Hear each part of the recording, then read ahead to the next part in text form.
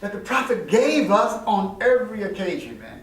So when I talk about, the whole idea of zikr, you got to remember Allah, man, okay? All right? Because the dunya is powerful.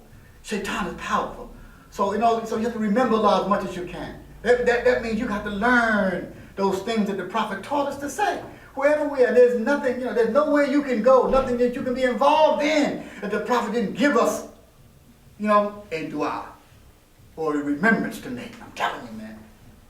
From going to the bathroom, man, to coming out of the bathroom, leaving your house, to entering your house, from entering the mosque, from leaving the mosque, from going into the bathroom, leaving the bathroom, from going to bed at night, making wudu. Here's what you say. We don't do those sunnahs. We don't do those sunnahs. That. Work on, that's why I say, we got to go back to those basic things. Work on yourself, man. Love the prophet, man. Love his way. You know what I'm saying? Our culture as Muslims, see, our culture is not the Hispanic culture or the African American culture or the Arab culture or our culture is the Sunnah. Our culture is the Sunnah of the Prophet Muhammad. What he did, how he slept, how he made love. How you think about that? When he made love, what did he say? What did he tell us before you go to your wife, man? The prophet taught you that. Jesus didn't teach you that, alayhi salam. Abraham didn't teach you that. Musa didn't teach you. But the books of hadith is full of all the things we need as a people, man. It's full. Everything you need. You see? So on a practical level, on a practical basis, man, the sunnah, that's what I do. You see? The sunnah. All right? The other thing is that's as you move around. But again, staying close to the mosque, man. Staying close to the mosque and building strong relationship with the brotherhood, man. All right? We need each other. Never think that you can practice Islam by yourself. Islam is about jama'ah. All right? The Prophet ﷺ said, "Be with the group, be with the jama'ah." You see, for the stray sheep. Becomes vulnerable. The wolf will devour the stray sheep. So stick with the jama'ah. There's protection in the jama'ah, you see.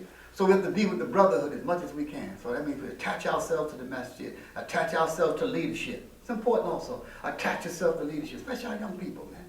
We have this tendency today now, we want to just do our own Islam.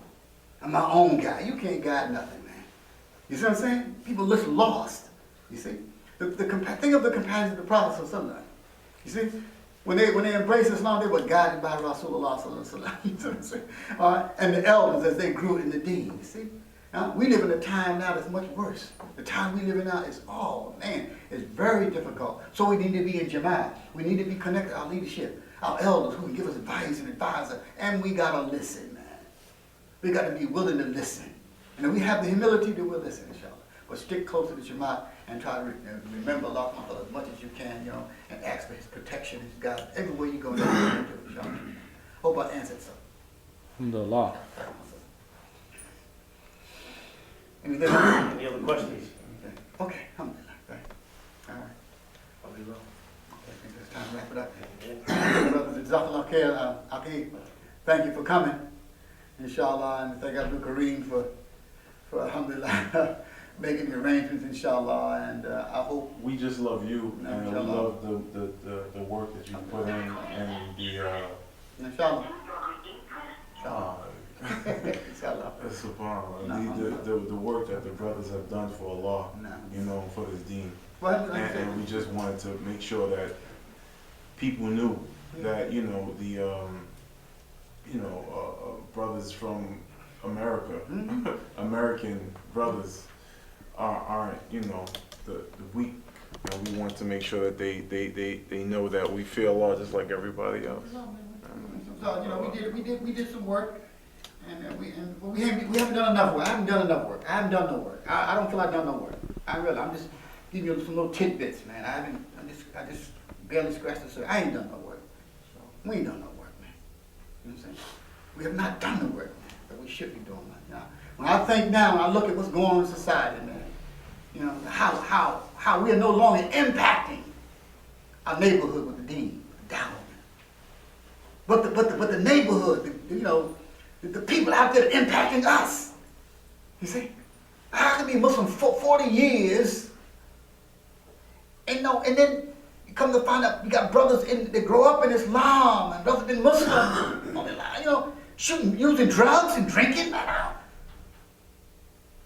Hanging out with the people in the neighborhood with baseball hats and the clothes that the people wear, just trying to. So that means they're giving the brothers dower, instead of the brothers giving them dower. So when I came in Islam, this is how we dressed. This ain't new. This is how we dress. Musa J is how we dress. We wore turbans, we wore kamises, we left all of that. So we had an impact on our neighbor, our homeboy, that we was on the corner with last week. Yo, man, what's that? Yo, man, you look nice. What's that smell, man? Oh, man, can I go to the mosque? That's how it was. We weak, though. So we become Muslim now, and we dress like they dress. When we went into prisons, man, and we brought kamises and beards and kufis, the other inmates said, yeah, we want that too. So the Rastas start growing their beards. They start demanding their cultural dress, because the Muslims were able to wear their kamises and thobes, man, and wear kufis and stuff. We came out of the Afros. Those who came out of the 60s with black power, they cut the Afros off and put the kufis on. We Muslim now. We identify with nothing but the Sunnah of the Prophet. That's what we did, man.